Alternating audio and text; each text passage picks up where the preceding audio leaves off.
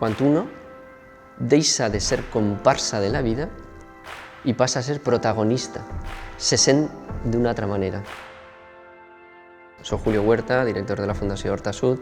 La Fundació Horta Sud és una entitat que naix l'any 72, bàsicament amb l'objectiu d'enfortir la ciutadania. Per a nosaltres el museu en el que estem ara ens possibilita la reflexió permanent amb les persones joves que venen a visitar el museu. Ajudem els que ajuden. Les persones s'organitzen per a donar resposta a les seues necessitats, siguin socials, de festa, de divertiment, de millorar el món en el que vivim, de mobilitat, d'energia, de lo que siga.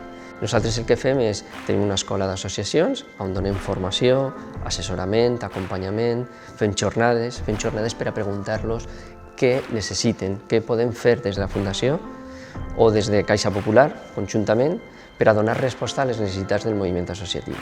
Caixa Popular porta una aliança amb la Fundació Horta Sud, jo diria que pràcticament des dels inicis. Tant Caixa Popular com la Fundació Horta Sud compartim valors. Construïm projectes, idees, campanyes per a millorar el moviment associatiu i la pròpia comarca, el propi territori. Jo crec que Caixa Popular i la Fundació Horta Sud, més enllà de la part econòmica, les persones. Nosaltres fem qualsevol activitat que fem, sempre ve algú de Caixa Popular per a dir este missatge, compartint valors amb vosaltres. Somos Súper és una campanya que va suposar un antes i un després per a la Fundació.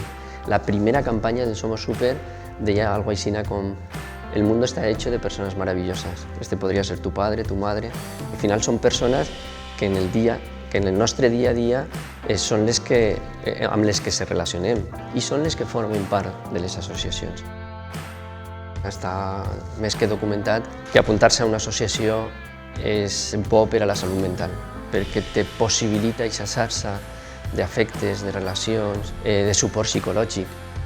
Hem fet una entrevista a una professora de la universitat, que és metgessa, que està receptant passejos en les amigues i apuntar-se a una associació, com a recepta per a la salut mental. Les associacions donen vida als pobles, són el cor del poble, posen l'ànima